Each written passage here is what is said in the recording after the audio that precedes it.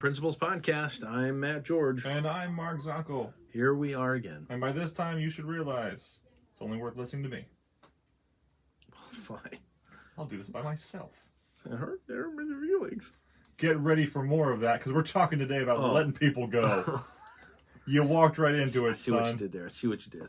Okay. Wow. That was good. All right, listen up. We are talking today, the third part of this episode, third part of a series, third episode in the series, discussing tough conversations with teachers, okay?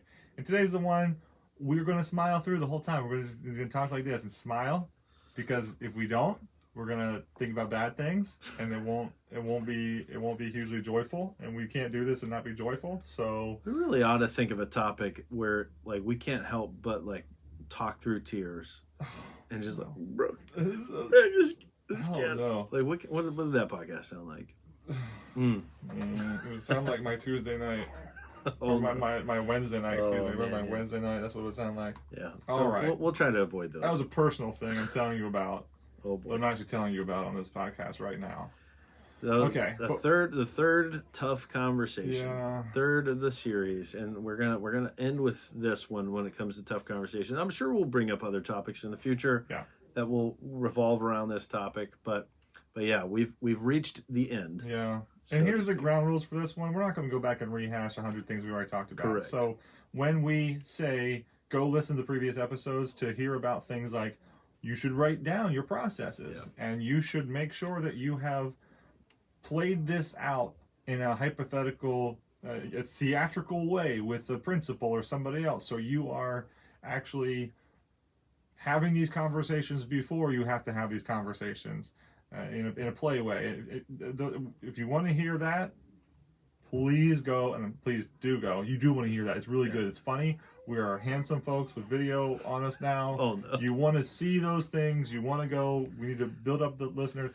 Go look. But in this one, we are going to focus on the matter at hand and try not to retrace our steps too much. Yeah, as best we possibly can, even though we did just somewhat retrace them saying that we're not going to. We had to do it, though, didn't we? But we definitely say it better. All right, we say it better than what it's if just our said. editor decides to cut this out, that's on him. But for me, I'm confident with what we've done. So, but to go back with how we opened this podcast with you just talking by yourself would not be as enjoyable. No, it would be more enjoyable. That's true. I wouldn't listen to me talk about I don't think my mom would listen to me talk by myself this whole time. Which means we would lose one of our two listeners if it was just me. There we go. All right, let's jump over to that partner of ours. Yeah, that gets us somewhere faster than we're going. So. All right, we're coming back in hot on the topic of needing to let a teacher go. Okay, so we're at there. We've reached the point. We've tried to have the professional development plan, or the action has been so egregious that there needs to be the separation. Man, when we have this conversation, it's not going to be a one conversation. It's going to be, and it needs to be, completely the result of clear communication with the leadership team, as well as with, of course, ultimately, the offending party. Mm-hmm. Prayer. We need God on. We need God to be. This process needs to be bathed in prayer. We need to have God all around it, because we could be dealing with a church member. We could be dealing with a not our church member, but maybe a Christian brother. Hopefully, Christian brother or sister. Yeah, close to us in proximity, that we would see in the grocery store day by day moving forward. We could be dealing with somebody that we would want to return to us someday, very badly. Yeah. Yeah, my mind continues to go back to when it comes to this, even within the school setting, even though that could be considered more of a business relationship, mm-hmm. I can't help but think of church discipline in the sense that, you've attempted to resolve some issues, and there's just been this consistent rejection mm-hmm. of those resolutions. So the church has to come to a point in which it says, okay, well, then we've got to part ways. But even in that, the ultimate goal of that parting ways is to still see return. Yes. To see resolution happen, to see that relationship restored. So, while there may be people that we have to let go that we think on a professional level, you know what, I'm not going to hire them again. I wouldn't, even if things improved, like I wish the best for them, but we're not going to go down the road again. You know, that's one thing. But to just say, you know, would I do want to be able to say, yeah, I would hang out with them. I would fellowship with them. I would attend the same church with them, serve on, you know, a board with them, whatever it is. Like, we ultimately want to be there. Yeah, absolutely. And let's be clear. We are not talking in this conversation about the ones that we are letting go at the end of a school year, not to get a new contract. Right. We can hit that quickly if we want to, and that's to say that if you're going to have, that's going to be one of those difficult conversations of, this isn't a good fit. We're just taking but that really fits more into what we've talked about previously. Yeah. I think of this conversation that we're having right now, and what was called for specifically was, it's time to let them go in the middle of the year. It's time to say we're moving along. We got to cut this off right now because of a breach of some way. I am thinking of a breach of contract in some way. Yep, breach of contract. It's clear if we continue on, or if we just say, well, we're just gonna go to the end of the year, it's gonna create more problems. Mm-hmm. Yeah, definitely. That's where we're at. Okay, so they've done that. They have breached the contract in a way that it is time to go ahead and say goodbye. Can we put this on something so that we're able to focus on it? Can we put this on absences or something like that so that we're able to focus on it? Let's say this teacher they have been inconsistent to the point they are no longer reliable. If we say that there are 5 teacher absences, 8 teacher absences, whatever your number happens to be, and they are at 20, and we are halfway through the year, and we're coming up on a break. Yeah. And you just had a board meeting, and the board is ready to, with you, look for consistency. We don't think we're providing something for our teachers, for our students around us, that is consistent. It is hurting our overall team, because the team is now looking on this person as, well, they're not getting, they're just comeuppance. I used the word comeuppance the other day, and it did not. The person I was saying it to had no idea what come up, and then I had to think, where do I know comeuppance? Where does that come from? Then I get angry at my mother, my father. Thanks comeuppance. Thanks for telling me the words nobody else knows. Is this something you created?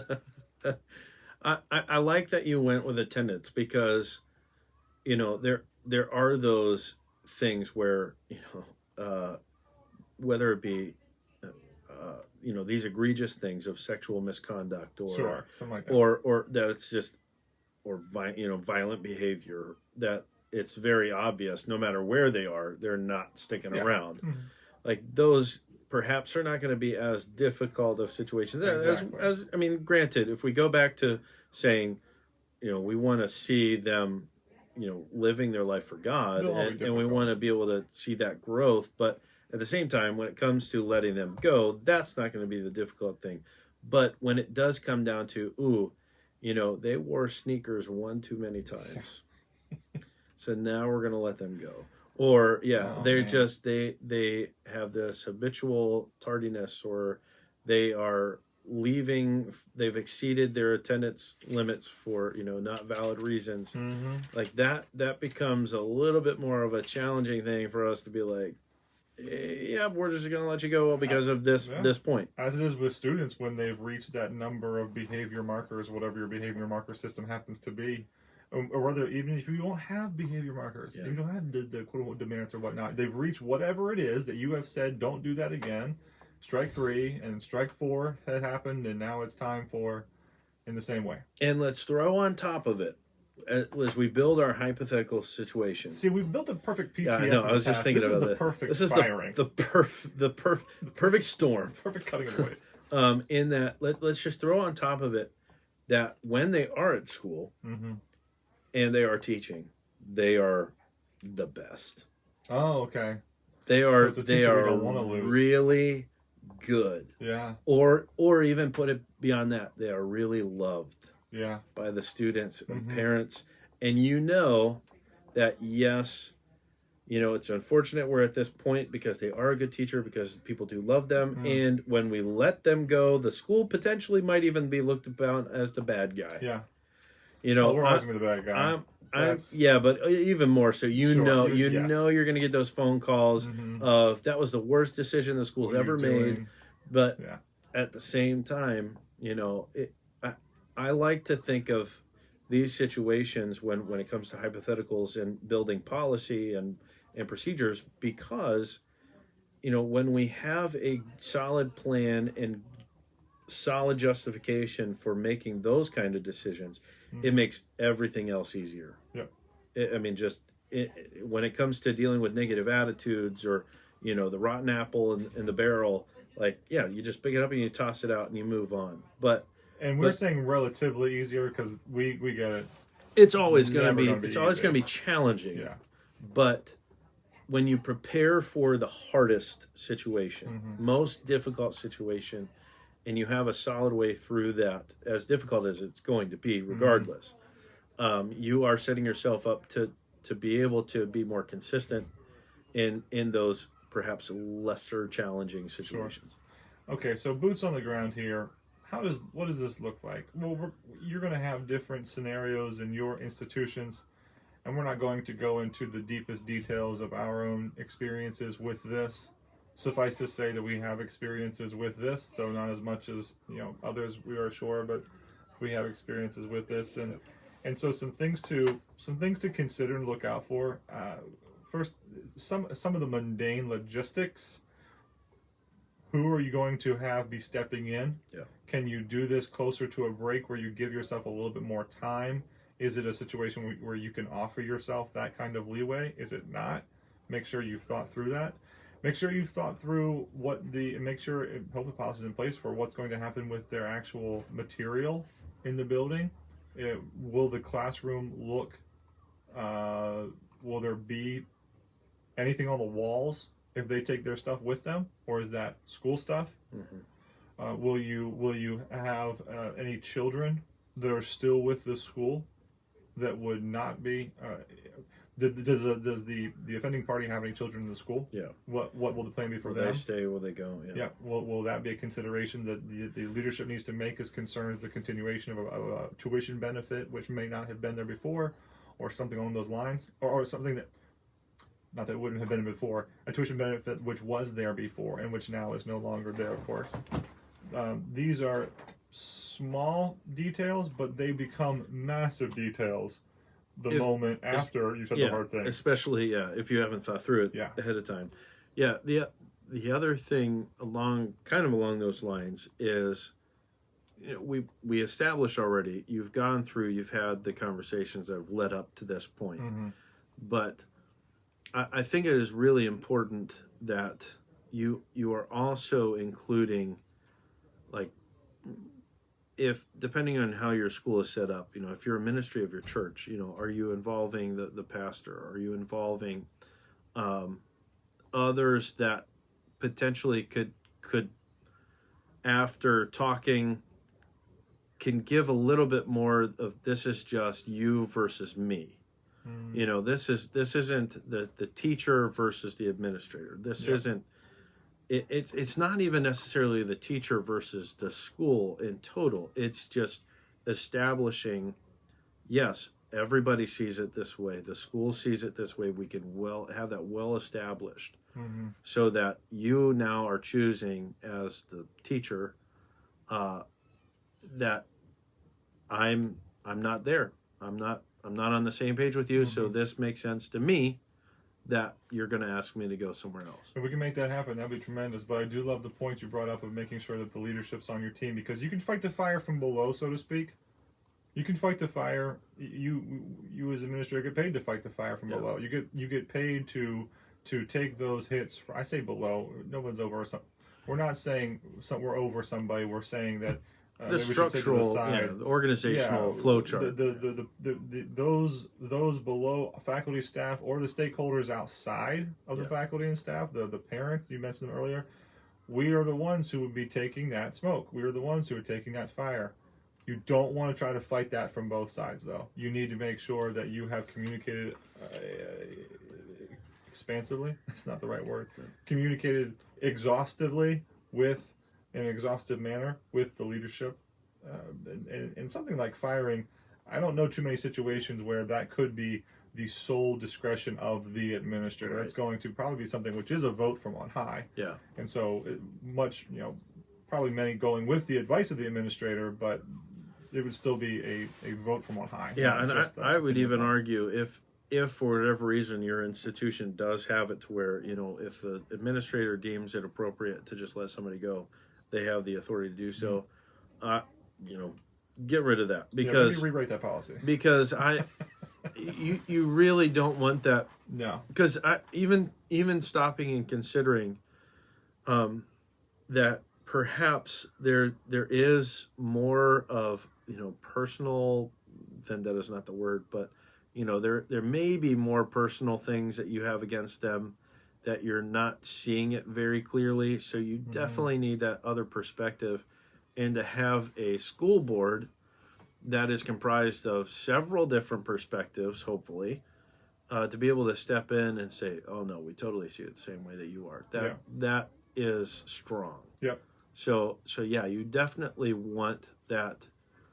Even if it is a clear just recommendation from the administrator and the school board is 100% behind it, that's fine, but have that step.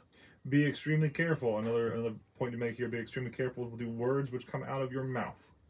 In fact, it is great. It may be considered less friendly, less family-minded. However, it is probably the suggestion of most HR reps in that situation that you write something out, that you approve it with an HR rep or with the leadership before, that you read that script in that moment to that individual, and that you don't say much else outside of that script. You especially don't say much else outside that script concerning anybody else's thoughts or reasoning, or not without somebody else in the room, which is another point. In this situation, have somebody else in the room. Yeah. Have a representative in the room who is there to either take notes, who is there to offer some sort of support to either individual, but to be a third party. That if that is your policy to have that is a good policy to have. And since I know we're talking to, granted, there could be non-Christians that are listening to the Christian's Principle podcast. I don't want to assume that, but with the assumption that most of our leaders that are involved with us in this conversation are believers, I believe one of the weak points is we always want to leave a conversation knowing that we have shown Christian love. Mm-hmm. And I think one of the things that we really struggle with is I'm sorry this had to happen. I want to see us grow, and I wish that we never had to get to this point. But when you bring that up, in some ways you are admitting that's what I'm saying. Yeah, that I am not this is an unfortunate situation that we are being forced into, and if I could change it, I can. When a lot of times you do have the power to change it, so you don't want to present that opportunity, and so while you may have some niceties or things that you want to encourage them with, be really careful, extremely careful, that when you're apologizing, you're not apologizing for what's going on. If you're going to say anything, like it's very unfortunate that we're at this point. God can use it, because that is always going to be true. But but we have this policy for a reason. Yeah. We're doing this for a reason, and we just need to be focused on what's coming forward. Stay on that script. Yeah. So scripting is really a wise thing to do. So past that, when we're thinking of just practical steps in that very difficult moment, you're going to want to have tissues on hand. You're going to want to, again, do a little bit of hypothetical work beforehand to think to yourself, how will I think this person respond? There could be anger, there could be sadness, and you're going to need to be thinking through your responses to that. Again, literally having the tissues, having somebody else there, moving all hard objects out in front of that person, or whatever happens to be, because it could be quite an emotional response. Yeah. There could be, door slamming. There could be, again, they're going to walk back to their room. Who are they going to see on the way by? Are we walking back with them if they're walking back to their room? All of those things are things you should at least give some measure of thought to. Yeah. Even beyond that, how are you going to make this now this broken relationship, this, we're moving on past this. How are you going to make that known? Mm-hmm. And publishing that to the families, to the students, and it's a lot to think through, but it needs to be thought through. How, once that relationship is officially broken, contract is off, they've been removed, you potentially also, depending on how it all goes down, you potentially also have a and hopefully it's not because of the process, but maybe because of whatever the disagreement was, the person that you've let go now is going to, perhaps through emotions, fire back and use social media, use some whatever platform they believe they have to start going after the school. I think it is really important to have, here's what's going to happen if after our relationship is broken and then we find and this is going on, here's going to be our response to that. So you got to even think through that kind of a thing. But if you've prepared the previous 2 episodes we've had on this series, if you've gone through all of that properly, that should be setting you up for a time where you do finally drop the hatchet and you separate ways. Like, nothing can really be said about the process. Hopefully you've set yourself up for that. Or at least you need to make sure as much as you can. And again, this is where getting somebody else to look at your process, much like we would do with a crisis situation, bring in the first responders early to look at the process, look at and say, wow, we can improve it. Go find somebody, go hire somebody, or take your staff member who hasn't looked at this policy and procedure for the last 10 years, you haven't had to worry about it, and look at it again and make sure that you're comfortable with it as it stands now, or at the very least, since it'll never be comfortable, make sure that you have a process that is rather minute, that is extremely specific. Matt, I got a question for you. Hello. We're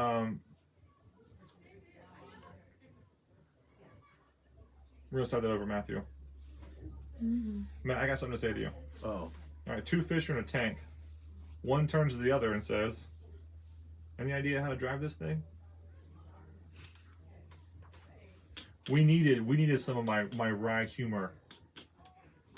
Just think of 2 fish in a military tank to get away from what has been a difficult conversation. Because I no longer want to speak about this. I now want to laugh and enjoy my day. For those of you out there who are going through this, though, of course, our hearts, our minds, our prayers are with you. Please talk to us. What do we get wrong? Yeah. What do we need to keep talking about? What do we miss? We don't really want to do a second episode on this, but we'd love to react to something that you would have to say about this, or even talk through one of your experiences. So please let us know. Yeah. Please get that back to us on one of the many ways you can communicate with us. But moving on, where are we going now, Matt? We're spotlighting. Oh, good. Christian Edmond spotlight.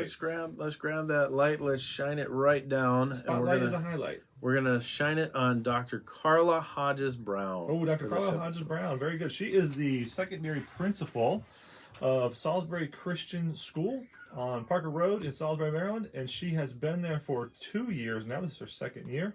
Our interactions include a recent time when I was able to go and to meet her officially for the first time. We had some interactions before that, but an official first time meeting. Lots of families between us that are well known, and so definitely knew of her before this. And in her new role, she has been getting used to. She's one who's made the transition from public school to private school setting to a Christian school setting. And she has spoken with me to a little bit concerning what that means for her, what it means for her faith and her enjoyment of it. And so we are looking to say thank you, and thank you for what you're doing there, Dr. Hodges Brown. And we ask that moving forward, if we can do anything for you, you let us know. But we are excited to continue to build those relationships as well. Yeah, thank you, Dr. Hodges Brown. We thank you for all of you that have listened in on this episode, especially the series that we did on Tough Conversations. This was a new thing for us to attempt, going through a series of things, and I'm glad it's over. Yeah. Let's go with a funner. Let's go with a more fun one next time. Help us come up with some other series that are a bit more enjoyable. But no, I it's very helpful and good things to talk through. So use that, share that if you found these episodes to be helpful, to share them with fellow administrators in your area so that we can spread the word, that we can strengthen our schools all at the same time. Thanks for growing with us today.